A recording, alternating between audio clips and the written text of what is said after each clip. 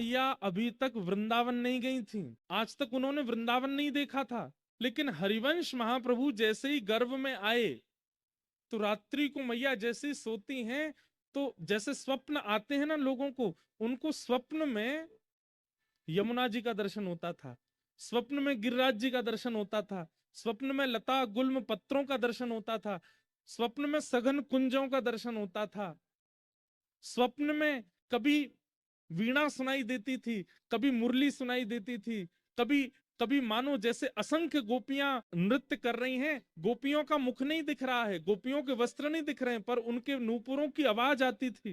कभी कभी रात्रि स्वप्न में अचानक से मोगरे की सुगंधी, गुलाब की सुगंधी, चंदन की सुगंधी आने लगती थी। और इन सब स्वप्नों को देख करके वे जैसे ही उठ के बैठती थी तो उनके मुख से पहला शब्द निकलता था श्री वृंदावन। व्यास मिश्र जी उठ के बैठ जाते, क्या हुआ देवी? बोले पता नहीं, सघन वन दिखाई देता है, कलकल करती नदी दिखाई देती है, वेणु की ध्वनि सुनाई देती है, चंदन की सुगंधी आती है, नूपुरों की ध्वनि सुनाई देती है। मतलब वृंदावन का जितना रूप है, बिना वृंदावन गए उनको अनुभव होने लग जाता था। महाराज जी, वृंदावन अचल नहीं है, सचल है।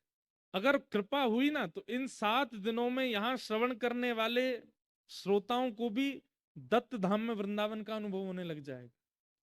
श्री गोदावरी जी में यमुना जी दिखने लग जाएंगी, यहाँ के आसपास के वन्य क्षेत्र में गिरिराज जी का दर्शन हो जाएगा, और ज्यादा नहीं कहूं तो श्री दत्त भगवान में हमारे बिहारी जी दिखने लग जाएंगे। अगर वृंदावन पूर्ण रूपेण आपके चित्त में वायु से, प्रकाश से, वाणी से प्रविष्ट हो गया तो आप जहां बैठे हो वहीं वृंदावन प्रकट होने लग जाएगा। वृंदावन अचल कोई स्थान नहीं है, सचल है वृंदावन। और इस बात का प्रमाण व्यास मिश्र जी की पत्नी तारा मैया, श्री हितरवंश महाप्रभु की माता जी, उनको वृंदावन का अनुभव होने लगा।